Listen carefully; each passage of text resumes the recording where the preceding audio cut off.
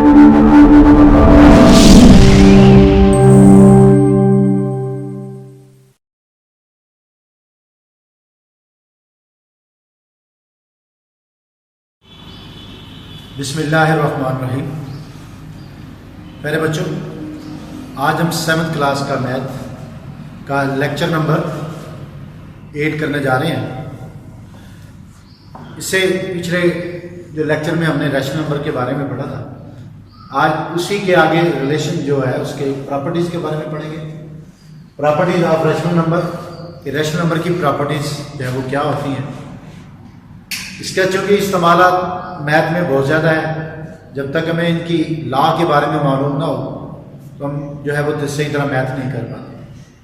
पहला है commutative property of rational number और एडिशंस, कि आपने अगर फ्रैक्शन की एडिशन करनी है, यानी मतलब कि उनको जमा करना है, तो याद रखिए कि कम्यूटेटिव जो होता है इसका मतलब क्या है कि जब भी दो नंबर पार्टिसिपेट करें, खा वो फ्रैक्शन नंबर हो या सिंपल नंबर हो, तो दो नंबर में कोई भी जो है वो सॉल्यूशन पाया जाए ऑपरेशन का हो, मतलब तो उनको हम क्या कहते हैं, कम्यूटेटिव लॉ कहते हैं। ये चूंकि हमारे पास जो नंबर्स हैं ये फ्रैक्शन फॉर्म में है, हम उसी को आगे फॉलो करते हुए पहले हमने सिंगल नंबर जो है उसका प्लस और माइनस करना आपको सिखाया। आज हम प्रूव करेंगे कि जो प्रॉपर्टीज है उसको प्रूव करके दें कि क्या एक तरफ हमारे पास जो फ्रैक्शंस है और इसकी दूसरी जानब जो है वही फ्रैक्शन है, लेकिन जगह चेंज करने से क्या आंसर हमारा सेम आता है या नहीं आता। तो सो आगे बढ़ते हैं। एलसीएम सबसे पहले हम लेंगे। एलसीएम लेने का वही आपको पहले तरीका बताया, दोबारा रिपीट कर रहा हूं कि अगर बेटा डिनोमिनेटर जो है वो ऐसे नंबर हो, एक इवन और एक ऑड नंबर हो, ऐसी फ्रैक्शन जो होती है या ऐसे जो नंबर्स होते हैं उनका एलसीएम जो होता है वो निकालने के लिए उन दोनों को आपस में मल्टीप्लाई करना पड़ता है। अब इन दोनों को आपस में मल्टीप्लाई करेंगे तो आंसर क्या आ जाएगा, 6। अब इसका एलसीएम जो है वो 6 आ गया। डिनोमिनेटर को एलसीएम पर डिवाइड करें तो आंसर हमारा क्या आएगा, 3। 3 को नॉमिनेटर से मल्टीप्लाई करेंगे तो 3 आ गया। इसी तरह इसको डिवाइड करें तो 2 आंसर आएगा, 2 को 2 से मल्टीप्लाई किया तो 4 आ गया। अब वही प्रोसेस हम इस तरफ करेंगे तो ये दोनों फ्रैक्शन वही है, सिर्फ जगह चेंज है। मल्टीप्लाई किया तो इसका एलसीएम भी 6 आ गया। उसी तरह डिनोमिनेटर को डिवाइड किया तो हमारे पास आंसर 3 आ गया। 3 को 1 से मल्टीप्लाई किया तो 3 1 जा 3 आ गया। अब इनकी जो नंबरिंग है इनको आप प्लस करेंगे, 4 और 3 7 बन गया, ये भी 4 3 7 बन गया। ये ऐसी फ्रैक्शन दोनों ये स्मॉलेस्ट फ्रैक्शन हैं, इसके बाद ये आगे मजीद इनकी प्लस माइनस नहीं हो सकती। अब ये आंसर और ये आंसर बराबर के दोनों तरफ बराबर है। इसका मतलब ये हुआ कि हमारी जो हम प्रूव करना चाह रहे थे वो हमारा करेक्ट है। उस नीचे क्या लिखेंगे, prove that left hand side is equal to right hand side. अब ये था हमारे पास कि अगर उनके दरमियान एडिशन का प्रोसेस हो और प्रूव करना हो तो क्या वो वाकई जो है वो करेक्ट आंसर आता है या नहीं आता। तो हमने प्रूव किया तो वाकई करेक्ट आंसर है। अब मल्टीप्लिकेशन का प्रोसेस हो तो फिर हमें ये प्रूव करना है कि क्या ऐसा मल्टीप्लिकेशन के अमल में भी ही ऐसा मुमकिन है या नहीं। तो आपके सामने प्रूव करते हैं। हमारे पास ये दो फ्रैक्शंस हैं, इनके साइन ये -2/5 ब्रैकेट्स मल्टीप्लाई मल्टीप्लाई 1/4, वही नंबर जो है वो इस तरफ है, लेकिन क्या है उनकी जगह चेंज है। सबसे पहले क्या करेंगे, हम इनकी ब्रैकेट ओपन करेंगे। तो ब्रैकेट ओपन करने के बाद आपने देखना होता है कि बाहर अगर प्लस का साइन हो तो अंदर माइनस हो, तो ये ब्रैकेट जो होती है वो मल्टीप्लाई कर अमल जो है वो अदा कर रही होती है। तो मल्टीप्लाई करने से प्लस माइनस माइनस होगा, ब्रैकेट ओपन की। आप इस तरह भी ओपन करेंगे तो प्लस माइनस माइनस हो गया। याद रखिए कि जब भी दो फ्रैक्शन के दरमियान मल्टीप्लिकेशन का अमल हो रहा हो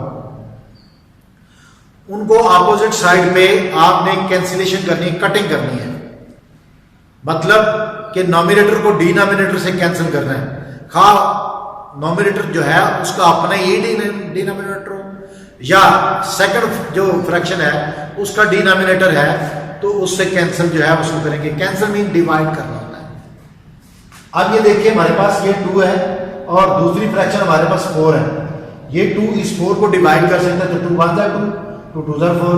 अब ये आपस में जो है वो डिवाइड नहीं होते तो ये कटिंग है, यानी इनकी कटिंग आपस में नहीं होती। ऊपर हमारे पास 1 और 1 आ गया, ये साइन प्लस है, प्लस माइनस माइनस, 1 1 और 1 2 5 और 10। इस तरफ आएंगे तो ये 2 और ये 4 आपस में कट सकते हैं तो इनको काटेंगे। 2 1 2 2 2 4 1 1 1 आ गया और 2 5 और 10 तो प्लस माइनस इसका साइन भी माइनस ही होगा। तो मल्टीप्लिकेशन के प्रोसेस में भी आंसर दोनों साइड में इक्वल आ गया। सो हम लिखेंगे to prove that left hand side is equal to right hand side. हाँ जी, ये था बेटा प्रोसेस। ये सिंपल नंबर के दरमियान मल्टीप्लिकेशन हो या फ्रैक्शन फॉर्म में हो तो इसका आंसर सेम ही आता है। आगे बढ़ते हैं। नेक्स्ट हमारे पास प्रॉपर्टीज है रैशनल नंबर की। Associative property. एसोसिएटिव प्रॉपर्टी बेटा क्या है कि जब भी 3 या 3 से ज्यादा नंबर आपस में पार्टिसिपेट करते हैं और उनके दरमियान में कोई प्रोसेस होता है तो उनका आंसर जो है वो कैसा इक्वल आता है या नहीं आता। अब प्रूव करेंगे। सबसे पहले हम एडिशन जो है उसका प्रोसेस करेंगे कि क्या 3 फ्रैक्शन जो है उनको प्लस करने से आंसर उनका सेम आता है या नहीं आता। पहले हमने क्या किया कि 3 फ्रैक्शंस, याद रखें कि जब भी सिंपल नंबर हो या फ्रैक्शन फॉर्म हो 3 नंबर आपस में आपने प्लस करने हैं तो उसका इजी मेथड क्या है कि आप उनकी पहले ब्रैकेट सॉल्व करें। क्या करें, ब्रैकेट को सॉल्व करें, फिर वो सॉल्व होने के बाद एंड में 2 नंबर जो है वो आपके पास होंगे, आप उसको भी इजीली जो है वो सॉल्व कर सकते हैं।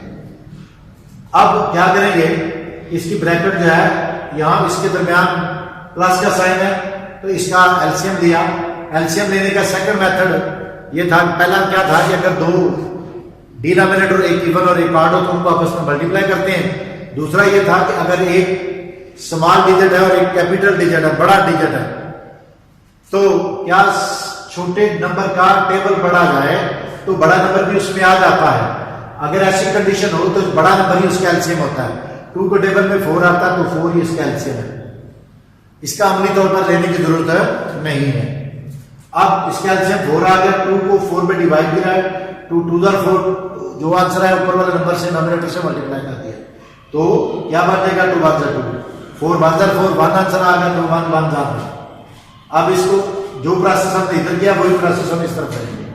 ये भी ब्रैकेट हम ओपन करेंगे, इसके अंदर भी प्लस का साइन है। ये आपस में देखें, जरा गौर करें, एक इवन नंबर और एक प्राइम नंबर है, ये आपस में एक नंबर पे डिवाइड नहीं हो सकते। क्या करेंगे, इन दोनों को आपस में मल्टीप्लाई करेंगे। मल्टीप्लाई करने से हमारे पास आंसर आ गया 10। तो यही हमारा जो है 10 जो है हमारा एलसीएम है। अब डिनोमिनेटर जो है उसको एलसीएम में डिवाइड करें, इसका आंसर आएगा हमारे पास 2 जो है उसको नॉमिनेटर 1 से मल्टीप्लाई करें तो 2 आ जाएगा। 2 को 10 पे डिवाइड करें तो आंसर 5 आ गया। 5 को 1 से मल्टीप्लाई किया तो 5 आ जाएगा। सो अब ब्रैकेट को सॉल्व करने के लिए इनके अंदर जो नंबर है उनको प्लस कर लेंगे तो ये 2 और 1 3 हो गया। साथ ये सेकंड इसकी जो है फ्रैक्शन आ गई, इस तरह 2 और 5 7 हो गया और फर्स्ट फ्रैक्शन इसको सॉल्व की। अब ये हमारे पास 2 नंबर है, 2 फ्रैक्शन है। अब दोबारा से फिर हम इसका प्रोसेस वही करेंगे। अब जरा गौर कीजिए कि यहाँ पे 4 है और यहाँ 5 है। 5 प्राइम नंबर है और 4 जो है वो इवन नंबर है। ये एक टेबल पे डिवाइड तो हो नहीं सकते, तो फिर क्या करेंगे, इनको आपस में मल्टीप्लाई करेंगे। अब मल्टीप्लाई करने के लिए तो क्या किया, 4 5 20 और 5 को 20 में डिवाइड किया तो 4 आ गया, 4 1 4 4 5 20 5 आ गया, 5 3 50। अब इन दोनों को आंसर जो है हमारा निकाला तो 19 आ गया, 19/20। जो आंसर हमारा लेफ्ट साइड पे आया वही हमारा राइट साइड पे आना चाहिए। अब ये देखिए हमारे पास दोनों इवन नंबर है। जब दोनों इवन नंबर हो तो आप बेटा प्रैक्टिकली हम इनका निकाल सकते हैं। ठीक है, 2 2 4 2 5 10 1 5। तो ये क्या बनेगा, 2 2 4 4 5 20, इसका एलसीएम भी 20 आ जाएगा। और दूसरी बात याद रखिए कि लास्ट स्टेज पे जाकर दोनों साइडों का आंसर जो है, एलसीएम जो है वो सेम होता है। अगर किसी वजह से अगर सेम नहीं है तो फिर जरूर उसकी कटिंग होगी लास्ट स्टेज पे जाके जी। तो यहाँ पे इसका आंसर 20 आ गया, इसको इस पे डिवाइड किया तो 5 आ गया, 5 1 5 10 2 20, 2 आ गया, 2 7 40, इन दोनों को प्लस किया तो 19/20 आ गया। सो हमारा दोनों साइडों पे आंसर सेम आ गया। Prove that left hand side is equal to right hand side. ये था addition associative law of over addition of subtraction की तरफ जो है वो आगे मल्टीप्लिकेशन की तरफ बढ़ेंगे, इसका भी हम प्रूव करेंगे। सो जिस तरह हमारे पास जो कमोडेटिव जो था प्रॉपर्टी उसमें हमने सोल्यूशन दिया, अब ये एसोसिएटिव है, उसमें 2 नंबर पार्टिसिपेट कर रहे थे, इसमें 3 कर रहे हैं। अब 3 नंबर जब भी आते हैं तो हमने क्या करना होता है, ब्रैकेट को पहले सॉल्व करना होता है। ब्रैकेट्स जो है वो एक आसान मेथड होता है, पहले स्टेप बाय स्टेप जो है वो करें तो वो हमारे लिए आसानी बन जाती है। अब पहले ब्रैकेट को सॉल्व करेंगे। ये जब भी 2 नंबरों के दरमियान आपको पहले बता चुके हैं कि ब्रैकेट का साइन फ्रैक्शन के दरमियान, 2 फ्रैक्शन के दरमियान ब्रैकेट अगर हो तो दरमियान में मल्टीप्लिकेशन हो, यानी मल्टीप्लाई कर रहे हो, उनकी अपोजिट साइड पे कैंसिलेशन होती है, मतलब कि उनकी कटिंग होती है। अपोजिट नॉमिनेटर को डिनोमिनेटर से कैंसिल करते हैं, खा उसका अपना नाम डिनोमिनेटर हो या सेकंड फ्रैक्शन का। अब देखिए इसका अपने के साथ कैंसिलेशन नहीं होती, तो सेकंड के साथ करेंगे तो 2 2 ये आपस में डिवाइड हो गए, 1 आ गया। अब इसका भी आंसर 1, इसका भी 1 1 से मल्टीप्लाई करेगा तो 1 ही आ गया, ये 3 1 3 आ गया। अब इसका साइन प्लस का, इसका माइनस है तो प्लस माइनस माइनस आ गया। Multiply second fraction is equal to, so process ये भी वही इधर दोबारा हम करेंगे। यहाँ पे इसको ब्रैकेट को लिखा, ये उसी तरह लिखा जाएगा, इसको सॉल्व करेंगे। ये देखें अपोजिट डायरेक्शन साइड पे कोई नंबर भी कैंसिल नहीं होता, ना वो अपने डिनोमिनेटर से ना सेकंड फ्रैक्शन के डिनोमिनेटर से कोई नंबर कैंसिल होता है। तो जब ऐसी कंडीशन आ जाए तो हम क्या करते हैं कि नॉमिनेटर को नॉमिनेटर से ही मल्टीप्लाई कर देते हैं और डिनोमिनेटर को डिनोमिनेटर से मल्टीप्लाई करते हैं। 3 को 1 से मल्टीप्लाई करें तो 1 3 are 3, लेकिन प्लस माइनस माइनस आएगा, 4 2 का रेट आ गया। अब इस स्टेज पे जाते ये दोबारा देखें तो ये नॉमिनेटर अपने ही डिनोमिनेटर्स के साथ नहीं कैंसिल होता, तो क्या करेंगे, अपोजिट जो है वो डिनोमिनेटर लेंगे, इसका और इसका डिनोमिनेटर आपस में इक्वल है तो ये कट जाएंगे, 2 1 2 2 4 8, इसके साथ कैंसिलेशन होगी। इसी तरह ये भी अपोजिट जो है डिनोमिनेटर के साथ कैंसिल हो गया, इनको मल्टीप्लाई किया तो 3 1 1 1 और इसका कटिंग करने के बाद हमारे पास 1 आ गया, 4 1 4। इसी तरह इस तरह बढ़ेंगे तो 1 1 1, तो इसका आंसर हमारे पास 1 आ गया, 4 1 4। सो दोनों तरफ जो है हमारे पास इक्वल आंसर आ गया। Prove that left hand side is equal to right hand side. ये था बेटा आज का टॉपिक, और बार बार बेटा इसकी प्रैक्टिस करें। सेम यही एक क्वेश्चन जो है वो एक्सरसाइज में है, और इनकी प्रैक्टिस करने से ही आप आगे बढ़ेंगे इंशाल्लाह। Thank you.